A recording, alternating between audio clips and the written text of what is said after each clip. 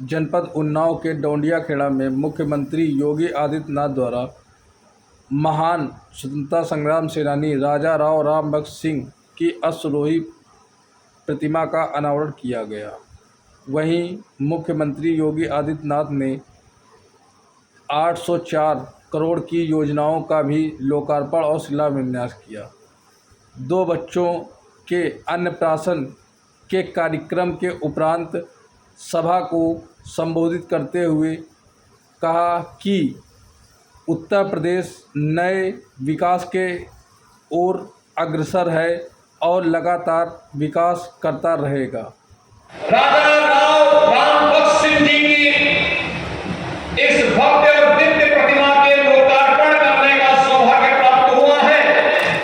मैं इस अवसर पर राणा देवी माधो समिति के पदाधिकारियों के प्रति हृदय से धन्यवाद ज्ञापित करते हुए भारत माता के इस महान सपूत के प्रति, देश के प्रति उनकी सेवाओं के लिए नमन करते हुए पूरे प्रदेशवासियों की ओर से उन्हें विनम्र श्रद्धांजलि अर्पित करता हूं।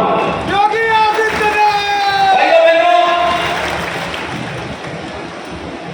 इस मूर्ति का अनावरण आजादी के अमृतकाल के प्रथम वर्ष में हो रहा है और मैं इसे संयोगी मानता हूं कि समिति के लोगों के द्वारा, पदाधिकारियों के द्वारा मुझसे कई बार संपर्क किया गया। मुझे रायबरेली में राणा देवी माधव सिंह जी के कार्यक्रम में कई बार जाने का अवसर प्राप्त हुआ, लेकिन जब इस फैसला क्षेत्र में कार्यक्रम लगाने की बात आती थी, किन्हीं न किन्हीं कारणों से वे कार्यक्रम स्थगित होते थे और मैं भी ये मानता था कि जब वहां पर मां चंद्रिका का आशीर्वाद होगा, आदेश होगा, तभी उस क्षेत्र में जाना हो पाएगा। और आज माई की कृपा हुई और आजादी के इन नायकों की प्रेरणा हुई, तो मुझे इस कार्यक्रम में आप सबके साथ संवाद बनाने का अवसर प्राप्त हुआ है। भाइयों बहनों, हमारे माननीय जनप्रतिनिधियों के परिश्रम से आज यहाँ पर 804 करोड़ रुपए की परियोजनाओं का लोकार्पण और शिलान्यास का कार्यक्रम भी संपन्न हो रहा है। संपूर्ण उन्नाव वासियों को,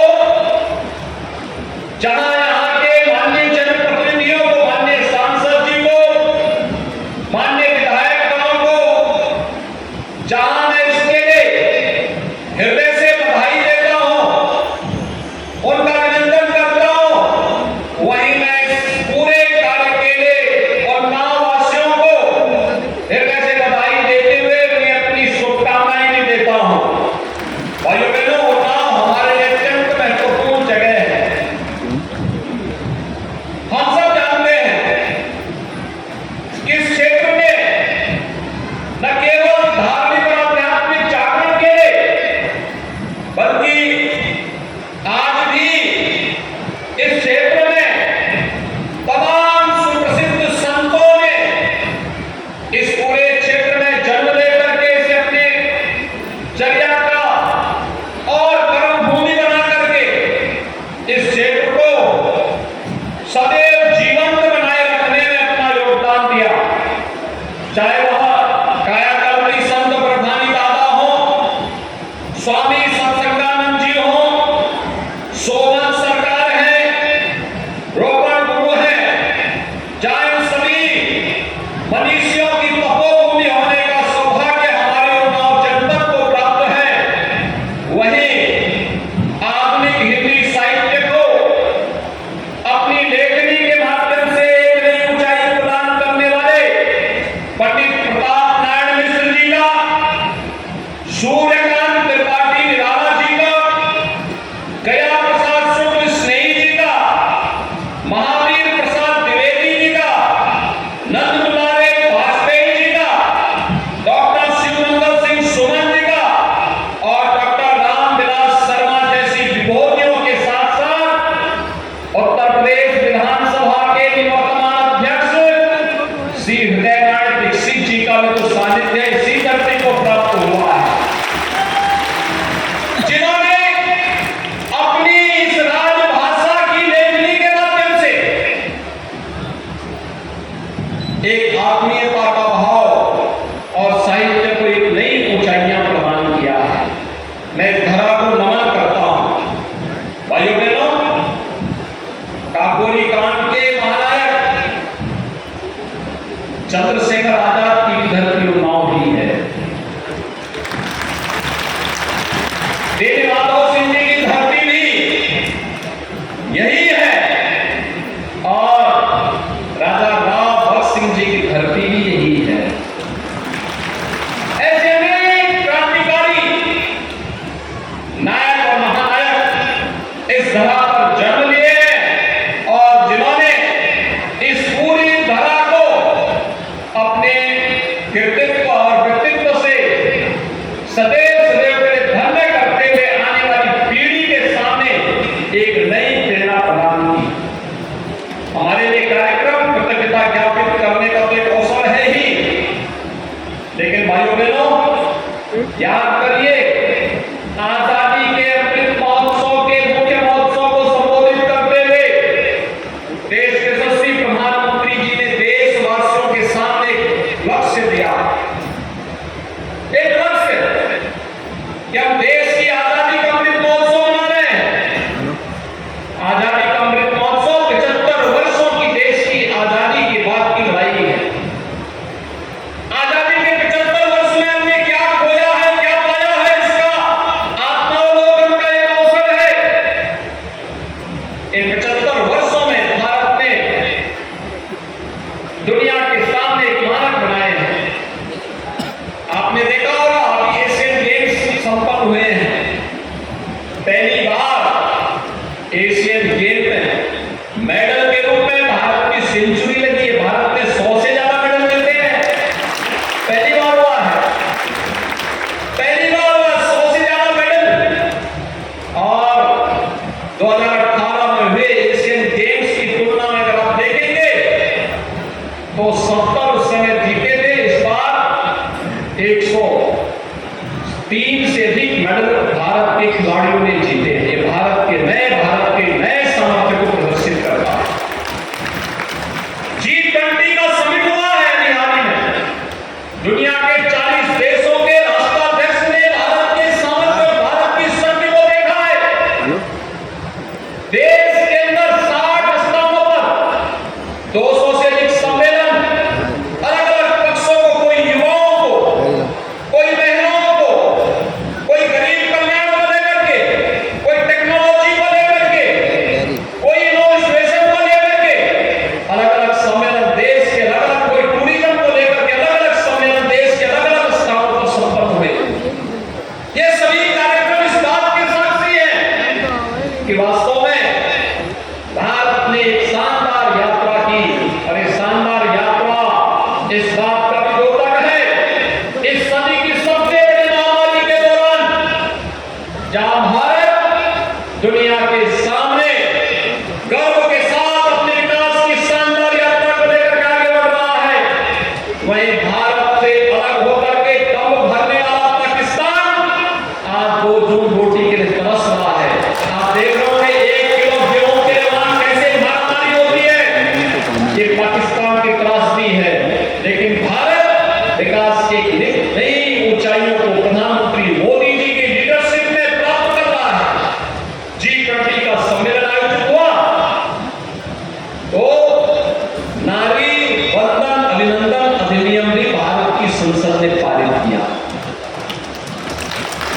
भारत की संसद में राज्यों की विधान सभाओं में भी अब 33% आरक्षण की सुविधा महिला प्रतिनिधियों को स्पेशली मिलेगा। और भाइयों बहनों, इसके लिए भारतीय जनता पार्टी ने उत्तर प्रदेश के अंदर हर विधानसभा क्षेत्र में एक सम्मेलन आयोजित करने का अवसर, एक संकल्प लिया। प्रधानमंत्री जी के प्रति आभार व्यक्त करने, नारी शक्ति की ओर से प्रधानमंत्री जी का आभार। यह आभार इस बात को लेकर के कि नारी गरिमा का सम्मान करने का जो संकल्प है, उस संकल्प को लेकर के आगे बढ़ने का कार्यक्रम प्रधानमंत्री जी के स्तर पर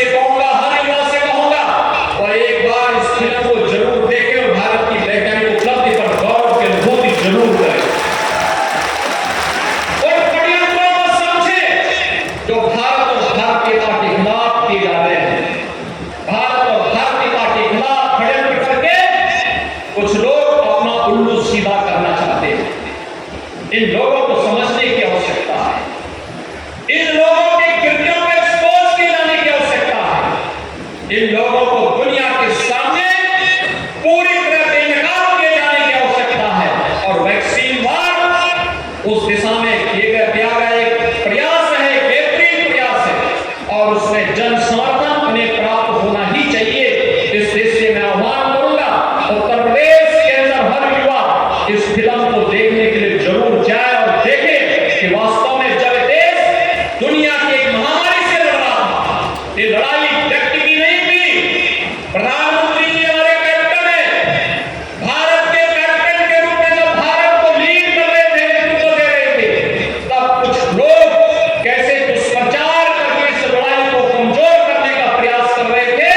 उनके चेहरों को बेनकाब करती है वैक्सीन वार जैसी फिल्में, और उसको देख करके हम देश के खिलाफ होने वाले षड्यंत्रों को भी और उन चेहरों को भी देख सकते हैं जो देश के खिलाफ षड्यंत्र करने में किसी प्रकार की कोताही नहीं करते। विदेशी जूठन पर जबर करके भारत के अंदर रह करके भारत के खिलाफ षड्यंत्र करने में लिप्त रहते हैं। और आज यह कार्यक्रम इसी उद्देश्य से आगे बढ़ाया गया है। राजा राव रामबख्श सिंह जी का पूरा अभियान देश की आजादी को लेकर के। कौन नहीं जानता है 1857 का प्रथम स्वतंत्र समर, ये प्रथम स्वतंत्र समर की भूमि उत्तर प्रदेश को थी।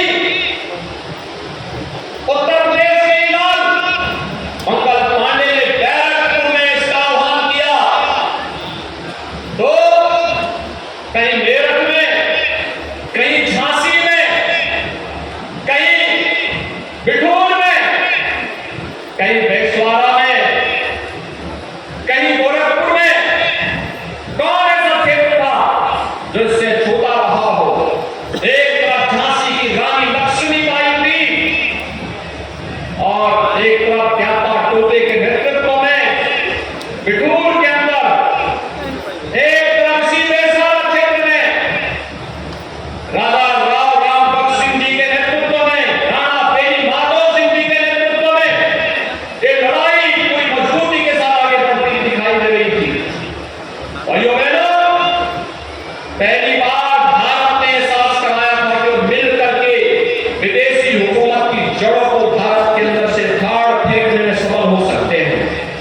और देखते ही देखते पूरे देश के अंदर आजादी की एक नई लो आगे बढ़ी थी, जिसका परिणाम था चोरी चोरा की घटना।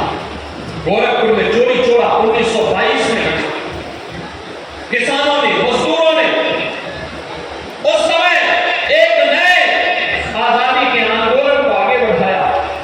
लखनऊ की काकोरी की घटना, ऐसी अनगिनत घटनाओं ने इस बात को किया था कि देश अब बहुत दिनों तक गुलाम नहीं रहेगा।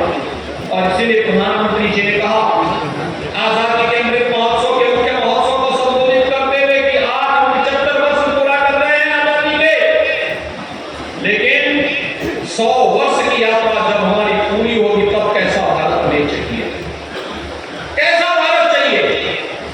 100 साल की यात्रा शानदार भारत की यात्रा होनी चाहिए, दुनिया को नेतृत्व देने वाली भारत की यात्रा होनी चाहिए, दुनिया की एक महाशक्ति के रूप में विकसित भारत की यात्रा होनी चाहिए। और इस विकसित भारत के लिए, हर भारत के नागरिक के लिए पंचप्रण का संकल्प प्रधानमंत्री जी ने किया।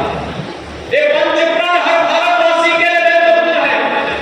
ये पंचप्रण विकसित भारत का सपना, लेकिन गुलामी के अंशों को समाप्त करना और विरासत का सम्मान करना। नागरिकों के समान अधिकार हो तो नागरिक के अपने कर्तव्य भी होने चाहिए। ये 5 संकल्प हैं, इन 5 संकल्पों को लेकर के प्रधानमंत्री जी के आह्वान के साथ भारतवासियों को जुड़ने की आवश्यकता है। G20 उसकी एक नई शुरुआत है, जिसने भारत के सामर्थ्य को वैश्विक मंच पर अपना लोहा मनवाया है। और आज भाइयों बहनों, उसी अभियान के क्रम में हम राष्ट्र के इन नायकों को सम्मान देने के लिए यहाँ पर आए हैं। अभी कुछ दिन बाद मुझे यहाँ पे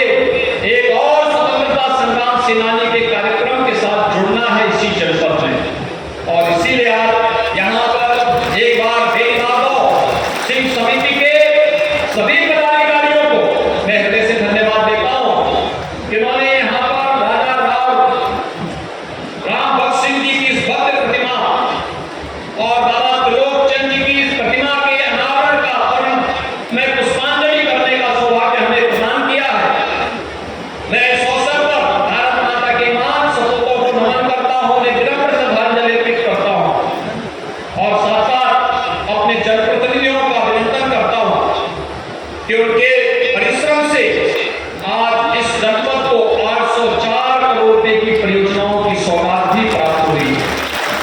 भाइयों बहनों, ये सड़क की भी है, बिजली की है, पानी की है, स्वास्थ्य की है, शिक्षा की है, बुनियादी सुविधाओं से जुड़ी हुई योजनाएं हैं और ये सभी योजनाएं समयबद्ध तरीके से आगे बढ़ेंगी तो उन्नाव विकास के नए पथ की ओर अग्रसर होगा।